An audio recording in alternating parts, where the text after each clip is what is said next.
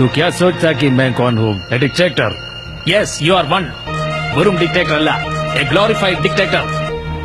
Sir മാത്രമല്ല, കള്ളപ്പണക്കാർക്ക് പഴുതുകൾ ഒരുക്കി കൊടുത്തും പാവപ്പെട്ട ജനങ്ങളെ തെരുവുകളിൽ ക്യൂ നിർത്തിയും ജനങ്ങളോട് നിഴൽ യുദ്ധം നടത്തുന്ന ഓരോ മന്ത്രിപുങ്കവന്റെയും റോൾ അത് തന്നെയാണ്. That of a glorified dictator.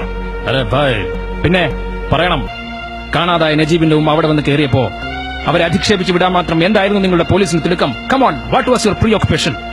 मैंने जापान में हम जाने के लिए तैयार कर रहा था.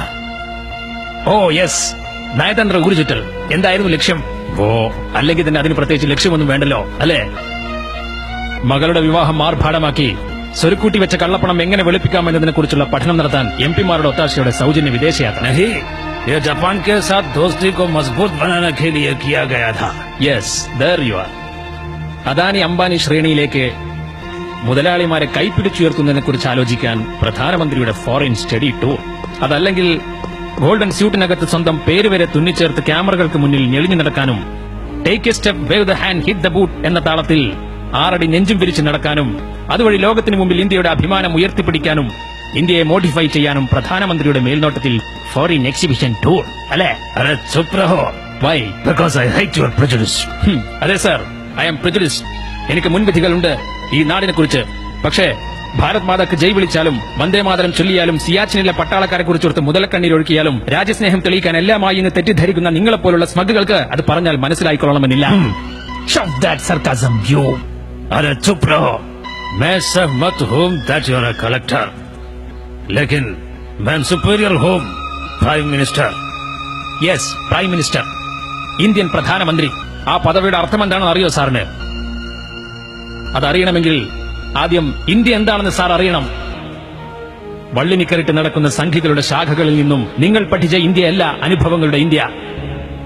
കോടിക്കണക്കായ പട്ടിണിക്കാരുടെയും നിരക്ഷരരുടെയും ഇന്ത്യ. വർഗീയതയുടെ വിഷം ചീറ്റ് നീയൊക്കെ തെരുവോരങ്ങളിൽ പിച്ചിച്ചീന്തിയ സ്ത്രീകളുടെയും കുഞ്ഞുങ്ങളുടെയും ഇന്ത്യ. ചത്ത പശുവിന്റെ തൊലിയൊരു ഉപജീവനം കണ്ടെത്തുന്ന ദലിതന്റെ ഇന്ത്യ.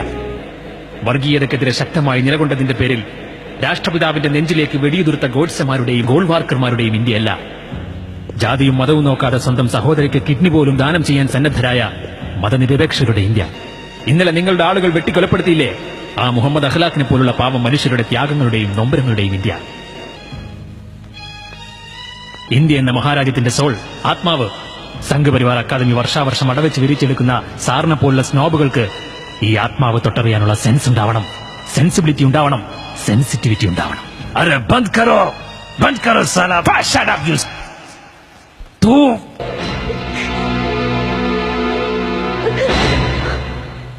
മേലിലൊരു പൗരന്റെയും മുഖത്തിന് നേരെ ഉയരില്ല സാറിന്റെ കയ്യ്. അതെനിക്കറിയാഞ്ഞിട്ടല്ല, പക്ഷേ സാർ ഒരു മന്ത്രിയായിപ്പോയി, പ്രധാനമന്ത്രി. Now get lost.